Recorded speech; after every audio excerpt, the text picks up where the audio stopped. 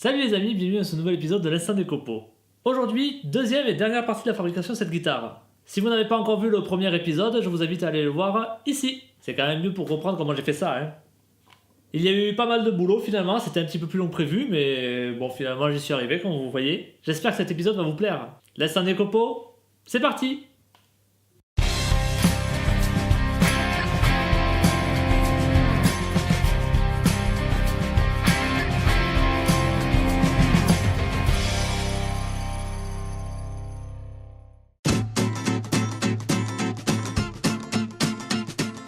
Après avoir collé la table d'harmonie sur le corps, je retire les serre-joints et entreprends à raser la table au reste de l'instrument. Pour ce faire, j'utilise la défonceuse sous table équipée d'une fraise à copier. Une fois fait, je décide d'incruster les points sur la touche de la guitare. Je commence donc par marquer celle-ci pour savoir où positionner les points. Dans le cas présent, je vais y incruster des pastilles de nacre de 6 mm de diamètre. Voici le résultat après avoir percé les trous à la perceuse à colonne. Pour finir, il me suffit juste de coller à la glu les pastilles à leur logement.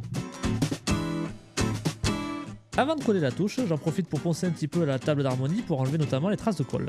Je décide également de commencer à sculpter la jonction entre le manche et le corps.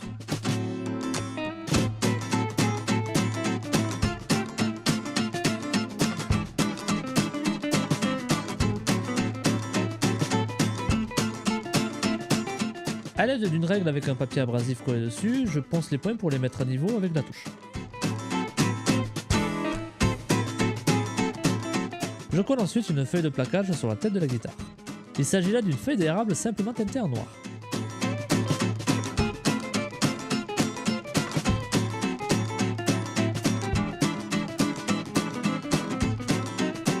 Pour façonner la tête de la guitare, je colle à l'aide d'une colle repositionnable un patron. Celui-ci me permettra de la façonner avec exactitude.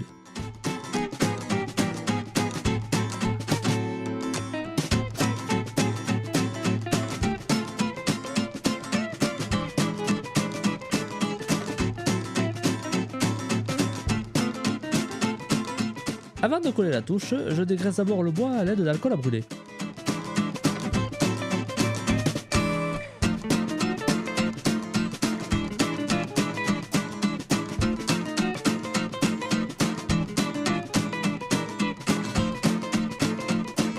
Dernier élément à coller, le chevalet. Pour cela, je procède d'abord à quelques marquages.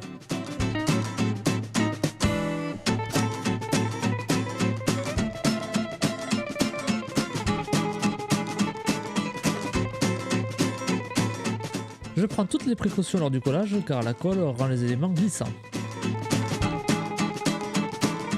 Une fois le collage sec, je retire les éventuelles traces de colle.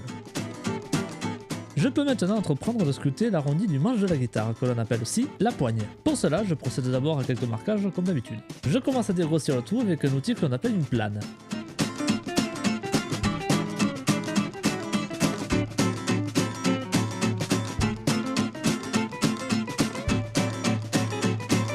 J'affine ensuite la sculpture à l'aide d'une râpe.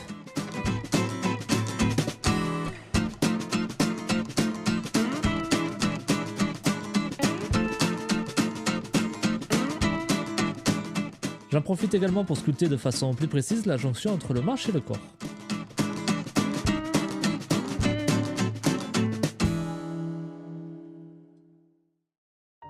Maintenant que la touche est collée, je peux niveler parfaitement celle-ci. Pour ce faire, j'utilise simplement la même règle que tout à l'heure.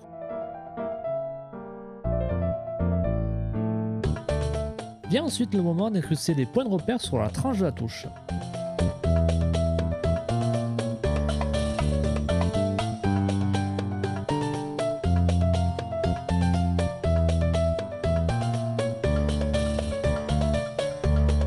Après avoir mis de la colle dans les trous, j'enfonce une tige en plastique blanc dans ceci que je coupe au ras de la touche. Pour former les cases sur le manche, j'encastre des tiges en métal que l'on appelle des frettes. Pour cela, j'ai besoin d'un papier abrasif, d'une pince coupante, d'un maillet, de colle à bois et d'un récipient avec un cure-dent. Avant de commencer, je nettoie d'abord les frettes avec de l'acétone. Je ponce ensuite la touche avec un abrasif de grain 1000. Ceci garantit une surface parfaite avant de fréter. Je retire la poussière de bois qui s'est incrustée dans les rainures à l'aide d'un réglé. Je peux dès à présent commencer à poser les frettes sur le manche. Je prends une des longues tiges que je recoupe à la bonne longueur. À l'aide du cure-dent, j'applique un petit peu de colle à bois au fond de la rainure. Puis, j'y dépose la frette. J'enfonce celle-ci dans la rainure à l'aide du maillet. Puis je procède ainsi pour toutes les autres frettes. Je coupe les parties de la frette qui dépassent trop de la touche. J'utilise une lime spéciale pour raser parfaitement les frettes au bord de la touche.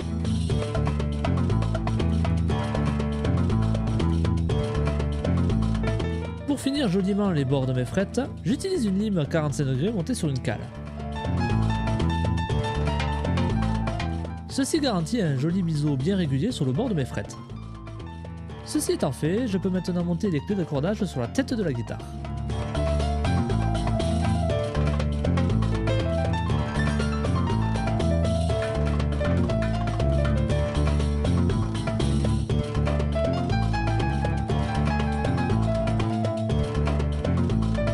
Je peux maintenant m'attaquer à la fabrication de la plaque d'accès de la cavité électronique de la guitare.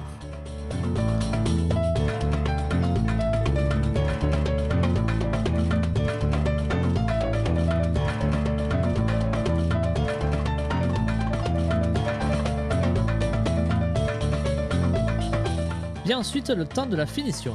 Je commence à masquer la touche que je veux garder brute. Je commence par y appliquer quelques couches de fondure. Le fondure est une espèce de pré-finition, si l'on peut dire, qui me permet de boucher les pores du bois. Ceci m'aidera à la fin à obtenir une finition lisse et propre. C'est le moment idéal pour coller mon logo sur la tête de l'instrument.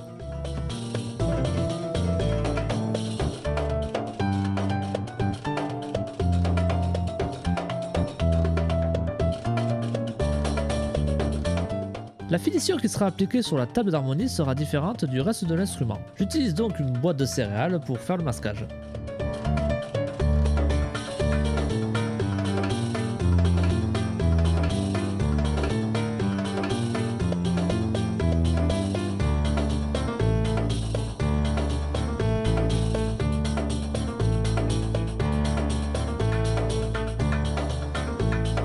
Je décide de peindre l'instrument couleur cerise.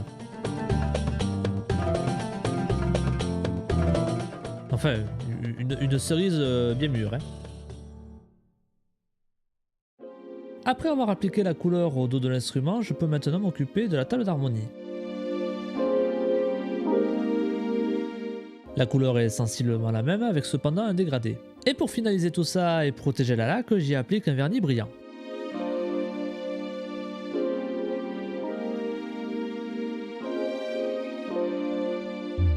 Évidemment, je ponce finement entre les couches.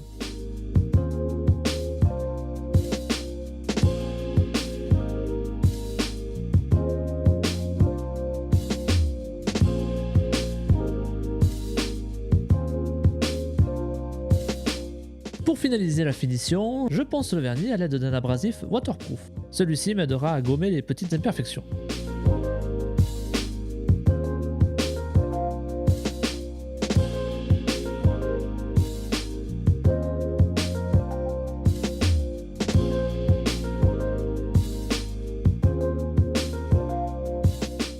Pour faire remonter le brillant, je lustre le vernis à l'aide d'un tour à polir.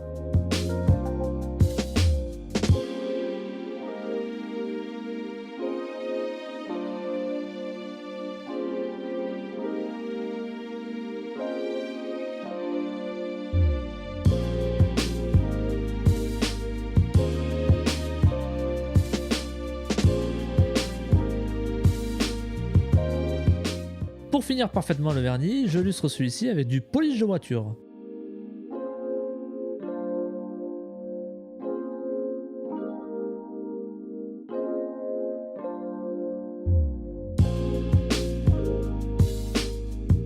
Je peux maintenant commencer l'assemblage de la guitare. Je pose d'abord les clés d'accordage.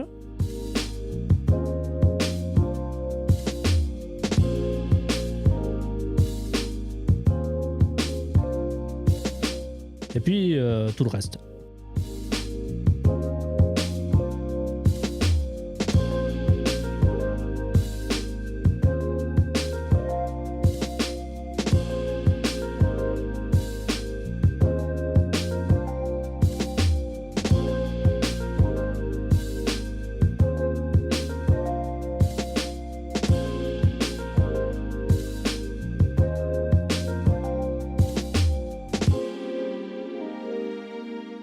Je perce un trou pour pouvoir brancher la guitare. Je pose ensuite les potentiomètres sur la guitare, respectivement un volume et une tonalité.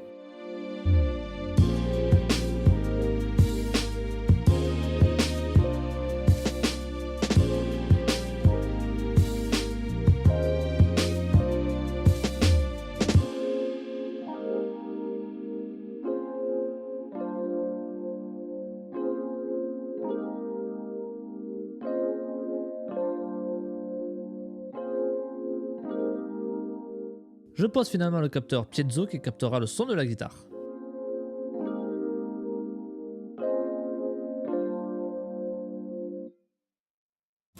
Les cordes de la guitare reposeront sur des sillets en os, et ceci nécessite quelques ajustements.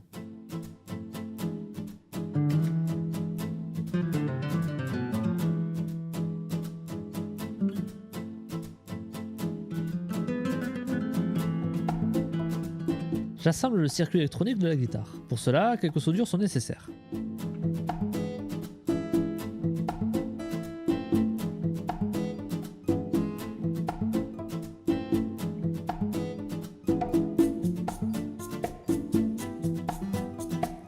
Il ne reste plus qu'à poser les cordes. Mais avant, il me faut limer le passage des cordes dans les sillets.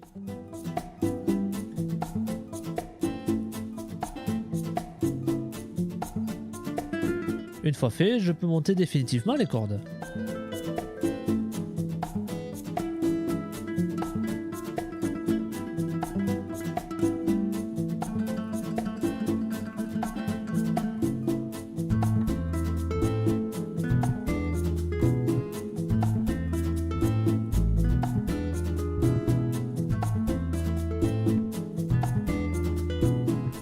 Un grand merci à mes amis de Mano Mano grâce à qui ce partenariat avec Triton a pu être possible, car ils m'ont permis quand même de vous présenter un beau projet. N'hésitez pas à leur faire un petit coucou sur leur page YouTube, vous allez voir, il y a quelques vidéos sympas. Quant à moi, je vous retrouve dans un prochain épisode de l'Instant des Copeaux. Salut!